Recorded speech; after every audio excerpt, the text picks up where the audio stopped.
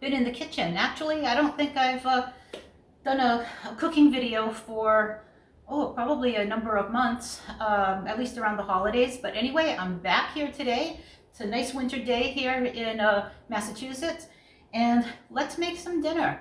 You know, I wasn't going to make this video because I thought, Needy, it's a Crockpot meal. Who wants to see that? And then I thought, well, people who don't have a lot of time, people who work. It's a weekday. Dwayne's not working. I've been working. But I do need to make something for dinner tonight, so I figured let's share it with all of you.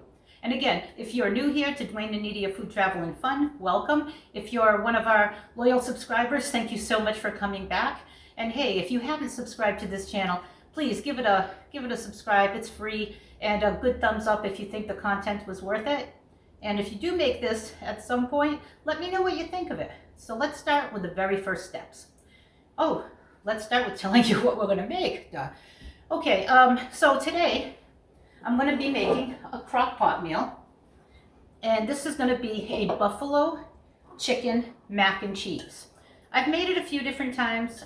Recipe, I always kind of change it up a little bit, but today I'm going to show you how easy it is to put something like this together in absolutely no time, because if you make it in the Crockpot, it's basically dump everything in and then go about your life and your work, right? Okay, so this is the insert to my Crockpot. The Crockpot's actually on the back wall there. First thing I'm going to do, and I have here 2 pounds of cubed chicken. I did not cook this chicken beforehand. If you want to use cooked chicken, you absolutely can, but I like it to cook in the Crockpot. So I'm going to put in 2 cups of this diced, chunked, cubed chicken. I washed it and already cut it up.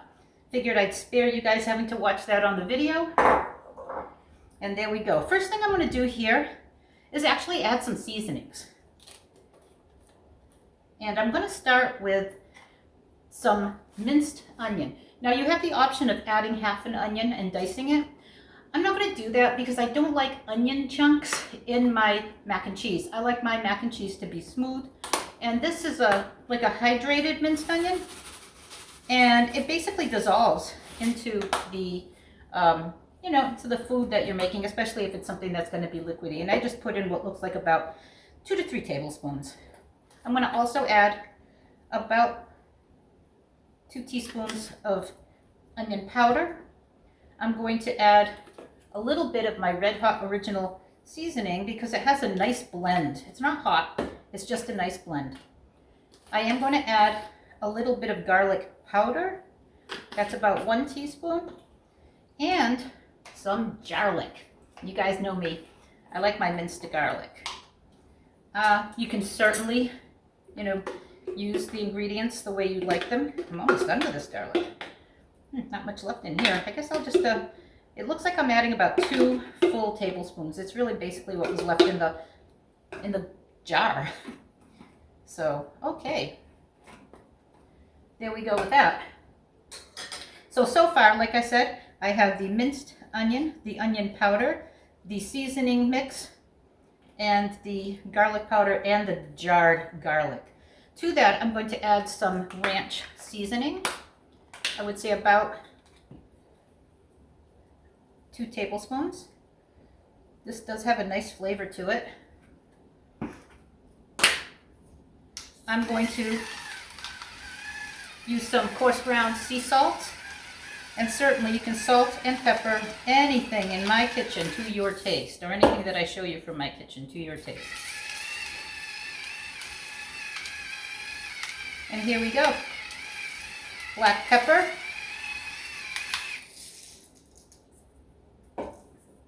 And then to that, I am going to add an 8-ounce bar of cream cheese. And I've softened this to room temperature, but it doesn't necessarily have to be if it's going into the crock pot. And also, I have here, I have cream cheese on my thumb.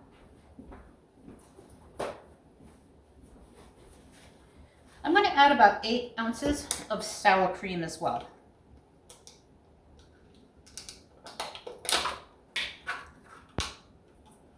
Well, that was unfortunate. The little tab. Come on, Daisy. Let me open you up here. Okay. All right.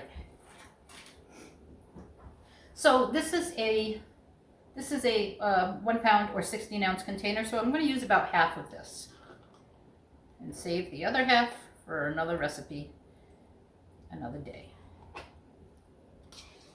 or as a side if you're having Mexican food. Alrighty, so there's my 8 ounces of sour cream. Now, I don't have pre-made buffalo wing sauce, but you can make buffalo wing sauce for this amount of chicken and for the amount of mac and cheese that this will make, simply by taking a stick of butter and melting it down and then adding your buffalo sauce of choice. I, of course, am loyal to the Franks. So let me pop this in the microwave and I'll come back and I'll mix it with the Franks and also add it to this crock pot. Okay, so while that is in the microwave, I will also say that you're going to need some ranch dressing. I have the original Hidden Valley here, but any ranch dressing will do. I don't know if I could tell the difference between any of them, to be honest. Let me get this open over here. I can hear the butter already starting to, yeah, that'll work. And again, I'm using Frank's. So buffalo wing sauce is nothing more than butter and Frank's. And you can add some seasonings and things to it, but you don't have to. All right, let me go get that butter. All right, so here is about a stick of melted butter. It comes out to about a 1/4 cup. And to that, I think I'm gonna make the whole thing come out to about 3/4 cup to about 1 cup of mix of the Franks with that.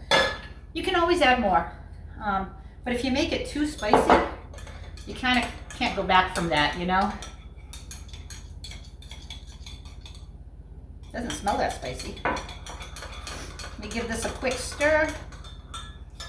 See, it is at just about 8 ounces, but you know, we kind of like things zingy and a lot of it is buttery, so I'm adding more. If worse comes to worse, I'll add a little more sour cream or ranch to it, try to cut into it. I'm churning my buffalo sauce here.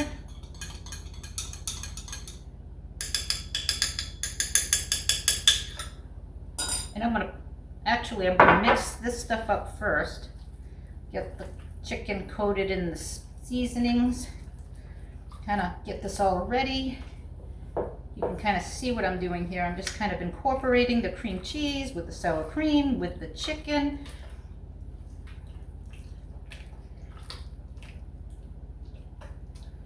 And make sure I don't waste any of this. Make sure I take it off the spoon or spatula that I've just used to incorporate it all. And now I'm going to pour my buffalo sauce. And I'm not going to waste any of it into this mixture. Here we go. Okay, so that is it for now.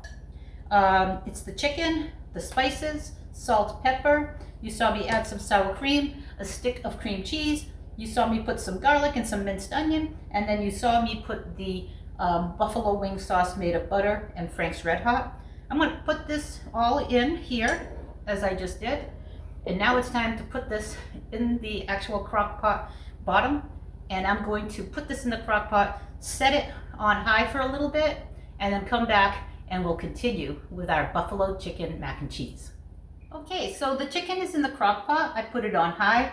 I am, let it go about 2 hours or so, but at some point, the next step is going to be to add your 16 ounces of cheese. You can use a Gouda, you can use cheddar. I'm using triple cheddar. You can mix and match your cheeses, it doesn't matter.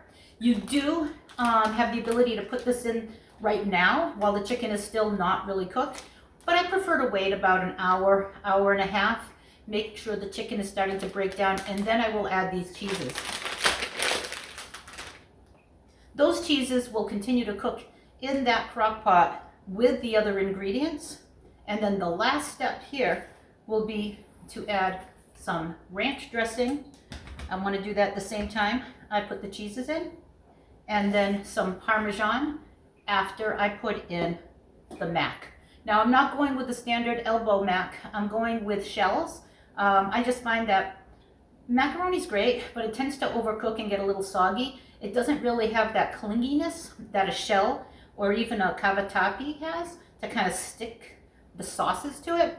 So I'm going to go with one box, a 16-ounce box of regular sized shells.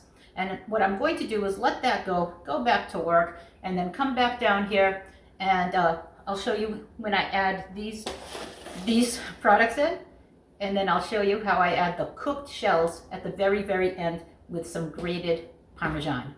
All right, we're done for a while. Catch you back when it's just getting there ready. Okay, now it's quiet. No more Gaga and no more Bruno Mars. It's been a couple of hours. The chicken has been cooking in that crock pot. And as promised, the chicken is getting cooked, almost there.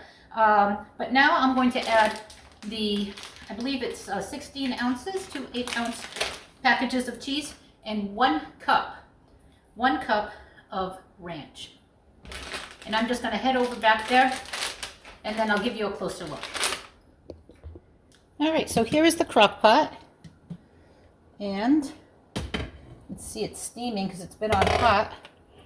And here's what it looks like. It looks very salmon-y, pinkish colored. I'm going to put in 2 packages, and like I said, use whatever cheese you like. I'm going with triple cheddar, 2 packages of the same. And now this cheese is going to, of course, melt and get ooey gooey. The chicken will continue to cook until it is literally fall apart tender. Let me give this a stir. Let me lift this so you can see it a little bit better. There we go. Or maybe even give you a bird's eye view. How's that? All right, I'm stirring this cheese into the chicken spice cream cheese sour creamy mix. Of course, you don't have to worry too much about incorporating it because the cheese will melt. This is getting nice and thick. And to this, I'm going to add about a cup. And this is 24 ounces. So about a third of this, I guess. Kind of hard for me to, I should have actually measured it out. But about a cup. Maybe a little more. Now remember, this is going to cool everything off. So you might have to, after you put the pasta in, which will be the last thing you do along with the Parmesan cheese, you might want to taste it for final seasoning back then, because you still want that buffalo flavor. And of course, everyone tolerates a different amount of heat, some more than others. I like things a little spicy, but not so that it's, you know, unpleasantly burning my mouth. So I would say I like it on the spicy side. I have a decent tolerance for spice. I enjoy savory, spicy things.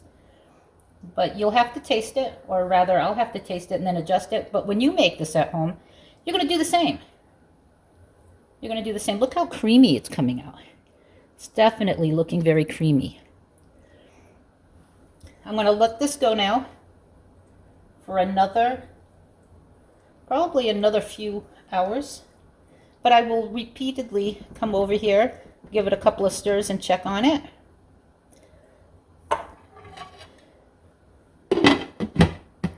And the last thing you do will be adding the pasta and the final cheese layer, do the final tasting, and I'll see you back here in another couple hours. All right, so my house smells like buffalo chicken. That thing's been cooking away in there for a couple of hours now.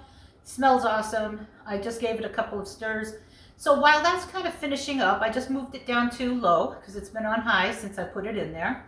And next up, I have a pot of water on the stove, and we're going to get that boiling. Then we're going to put in our macaroni. I'm not using elbow macaroni. I am using shells, normal size shells. I really like when the gooey cheese gets stuck inside the shells, kind of like that boxed Velveeta mix. Anyway, that's what I was thinking with this one. So I'm going to go ahead and I am going to boil the water and then of course cook these shells. And then I'm going to let the shells cool off. And the last thing I do is add the shells, the cooked shells, to the crock pot with some Parmesan cheese. Check to see if it needs any more of this, or salt, or pepper, anything else like that. And then we'll plate it up. So next time you see me, I'll be mixing the shells in with the buffalo mac and cheese. All right. And for those of you wondering what it looks like as I see that, it smells cheesy, like that buffalo tang smell. You can see that I've left the chicken rather chunky because I want the chicken to stand out. I don't want to shred it. People do shred it, but I really like my mac and cheese if it's supposed to be more than a side dish. I want it to have some, some hunks of protein in it. So yeah, this is what it looks like. I put it on low and I'm boiling up the water for the pasta, and I'll combine the pasta in here with this and give you the final view, and then you get to see us try it. All right. Well, this certainly has broken down into its essence of cheeses, creams, ranch dressing, chicken, butter, franks, and spices.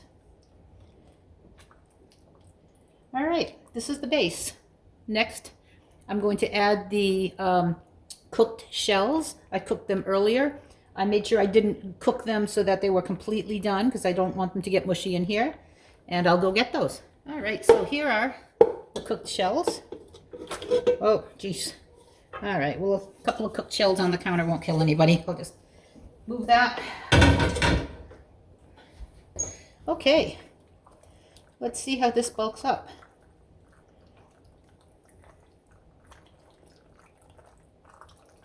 Certainly looks like buffalo mac and cheese, doesn't it? Or buffalo shells and cheese, I should say. And, like I was saying before, this gooey yumminess of the cheese mix will get inside those shells and make this a real treat. They'll hide inside the shells.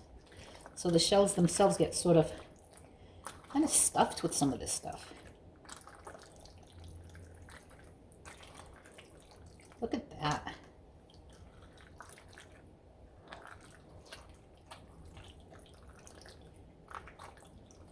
So I have shut off. Oh, actually I haven't shut it off. I put it on warm. But because Dwayne won't be home for a little while, I'll leave it on warm for a little bit, and then I'll just check back. Make sure it's not getting dry.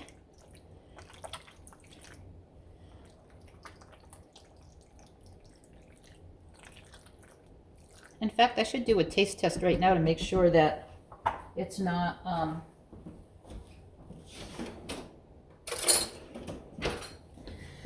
I should do a little taste test to make sure that it's, spicy enough, and make sure that it doesn't need any final seasonings.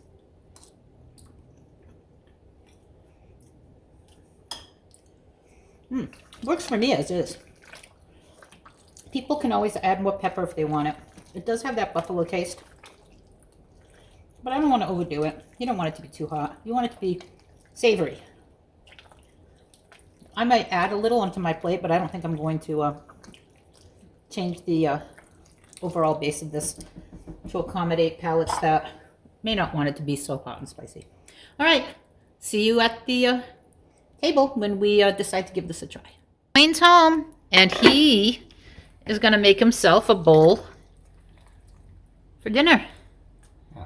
Should still be hot. Still feels hot. Yeah, I turned it off a little while ago. Get me started. I think so. Just need to get a fork. Yep.